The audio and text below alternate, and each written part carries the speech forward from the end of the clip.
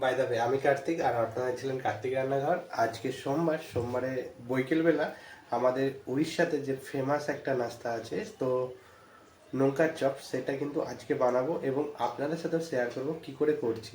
তো চলো পুরো ভিডিওটা কন্টিনিউ করতে থাকো, ঠিক আছে? প্রথমে এরকম সাইজের লঙ্কা নিতে হবে আর সেটা 4 ফালি করে নিতে হবে। এরকম কেটে নিয়েছি লঙ্কাটা, আর এখানে কিন্তু বেসনটা গুলে নিয়েছি।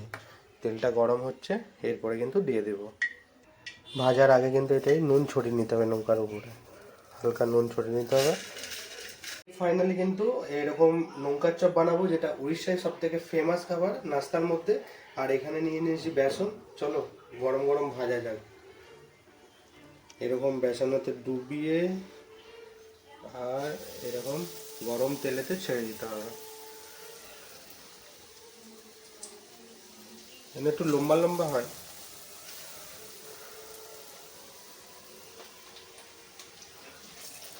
কড়াতে প্রায় 3টে করেই হবে, না আর একটা দিয়ে দিই ছোট্ট।